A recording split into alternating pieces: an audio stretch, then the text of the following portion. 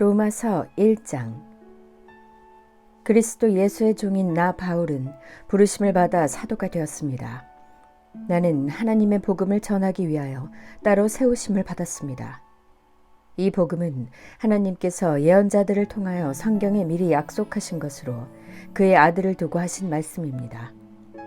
이 아들은 육신으로는 다윗의 후손으로 태어나셨으며 성령으로는 죽은 사람들 가운데서 부활하심으로 나타내신 권능으로 하나님의 아들로 확정되신 분이십니다. 그는 곧 우리 주 예수 그리스도이십니다. 우리는 그를 통하여 은혜를 입어 사도의 직분을 받았습니다. 그것은 우리가 그 이름을 전하여 모든 민족이 믿고 순종하게 하려는 것입니다. 여러분도 그들 가운데 들어있어서 예수 그리스도의 부르심을 받은 사람이 되었습니다. 나는 로마에 있는 모든 신도에게 이 편지를 씁니다. 하나님께서 여러분을 사랑하셔서 그의 거룩한 백성으로 부르셨습니다. 하나님 우리 아버지와 주 예수 그리스도께서 내려주시는 은혜와 평화가 여러분에게 있기를 빕니다. 나는 먼저 여러분 모두의 일로 예수 그리스도를 통하여 나의 하나님께 감사를 드립니다. 그것은 여러분의 믿음에 대한 소문이 온 세상에 퍼지고 있기 때문입니다. 하나님은 내가 그 아들의 복음을 전하는 일로 중심으로 섬기는 분이시기에 내 마음속을 알고 계십니다. 나는 기도할 때마다 언제나 여러분을 생각하며 어떻게 해서든지 하나님의 뜻으로 여러분에게로 갈 수 있는 좋은 길이 열리기를 간구하고 있습니다. 내가 여러분을 간절히 보고 싶어 하는 것은 여러분에게 신령한 은사를 좀 나누어 주어 여러분을 굳세게 하려고 하는 것입니다. 이것은 내가 여러분과 함께 지내면서 여러분과 내가 서로의 믿음으로 서로 격려를 받고자 하는 것입니다. 형제자매 여러분, 여러분은 이것을 아시기 바랍니다.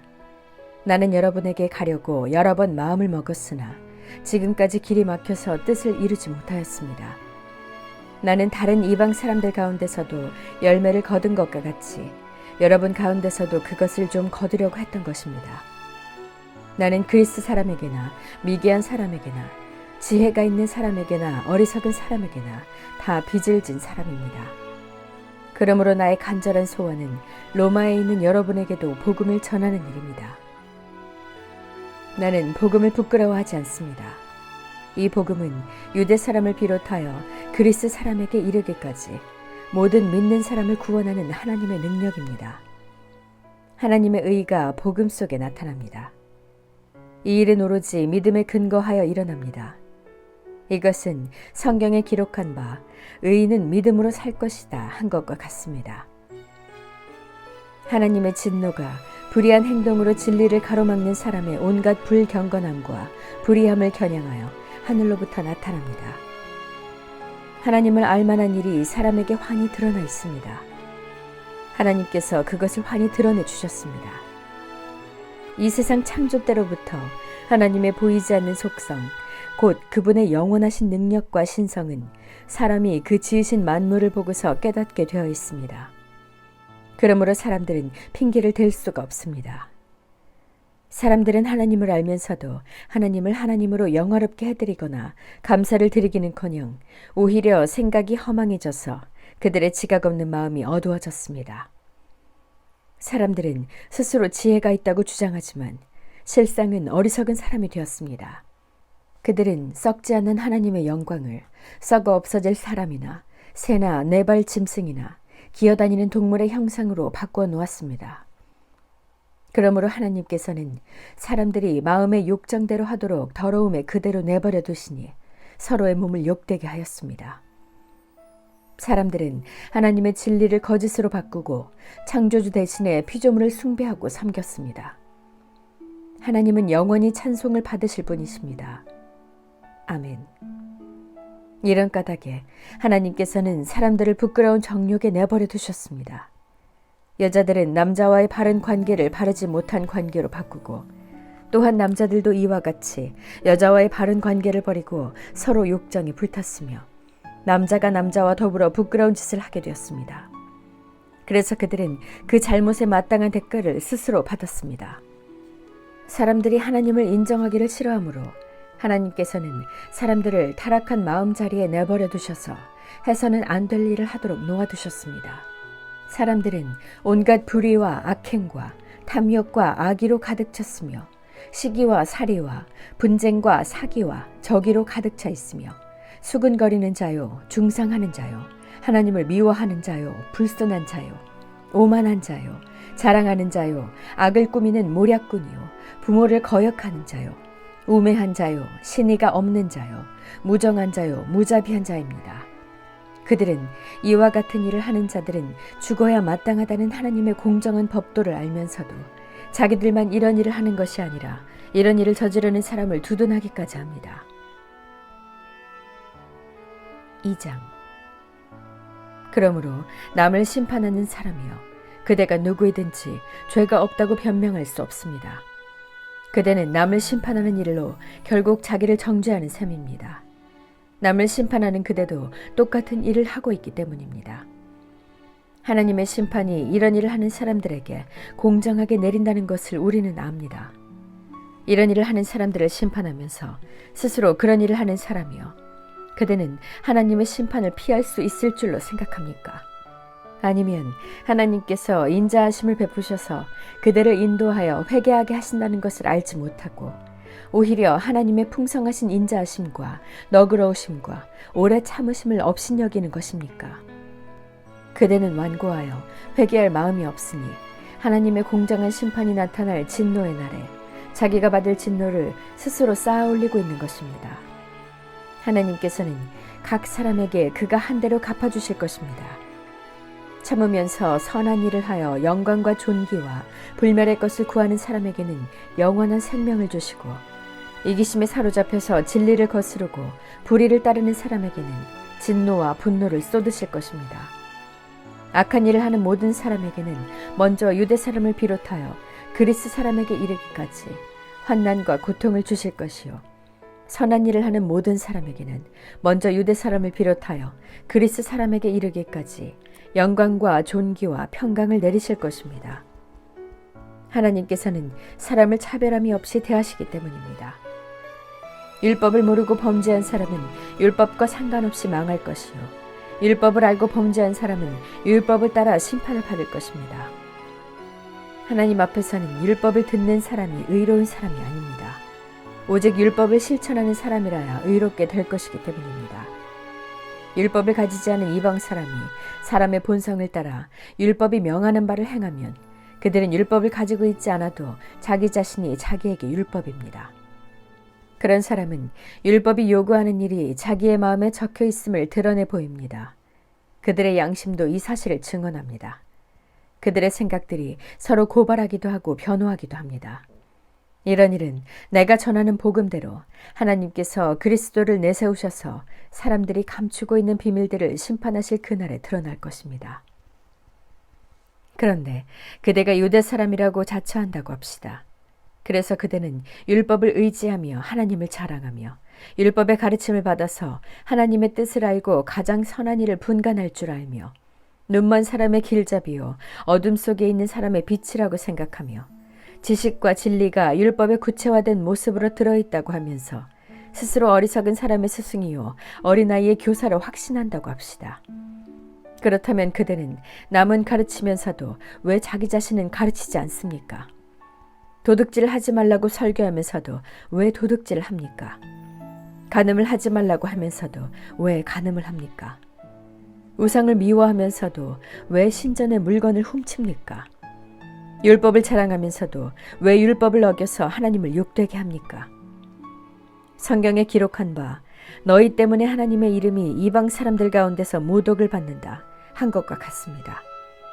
율법을 지키면 할례를 받은 것이 유익하지만 율법을 어기면 그대가 받은 할례는 할례를 받지 않은 것으로 되어버립니다.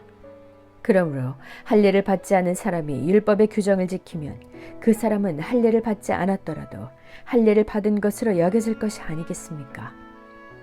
그리고 본래 할례를 받지 않았더라도 율법을 온전히 지키는 사람이 율법의 조문을 가지고 있고 할례를 받았으면서도 율법을 범하는 사람인 그대를 정죄할 것입니다. 겉모양으로 유대 사람이라고 해서 유대 사람이 아니요 겉모양으로 살갗에 할례를 받았다고 해서 할례가 아닙니다. 오히려 속 사람으로 유대 사람이니까 유대 사람이며 율법의 조문을 따라서 받는 할례가 아니라 성령으로 마음에 받는 할례가 참 할례입니다. 이런 사람은 사람에게서가 아니라 하나님에게서 칭찬을 받습니다. 3장. 그러면 유대 사람의 특권은 무엇이며 할례의 이로움은 무엇입니까? 모든 면에서 많이 있습니다. 첫째는 그들이 하나님의 말씀을 맡았다는 것입니다. 그런데 그들 가운데서 얼마가 신실하지 못했다고 해서 무슨 일이라도 일어납니까? 그들이 신실하지 못했다고 해서 하나님의 신실하심이 없어지겠습니까? 그럴 수 없습니다. 사람은 다 거짓말쟁이이지만 하나님은 참되십니다. 성경에 기록한 바 주님께서는 말씀하실 때에 의로우시다 인정을 받으시고 재판을 받으실 때에 주님께서 이기시려는 것입니다. 한 것과 같습니다. 그런데 우리의 불의가 하나님의 의를 드러나게 한다면 무엇이라고 말하겠습니까? 우리에게 진노를 내리시는 하나님이 불의하시다는 말입니까? 이것은 사람들이 말하는 방식으로 내가 말해본 것입니다. 절대로 그럴 수 없습니다. 만일 그렇다면 하나님께서 어떻게 세상을 심판하실 수 있겠습니까? 다음과 같이 반박하는 사람도 있을 것입니다. 나의 거짓됨 때문에 하나님의 참되심이 더욱 분명하게 드러나서 하나님께 영광이 돌아간다면 왜 나도 역시 여전히 죄인으로 판정을 받습니까? 더욱이 좋은 일이 생기게 하기 위하여 악한 일을 하자 하고 말할 수 있겠습니까?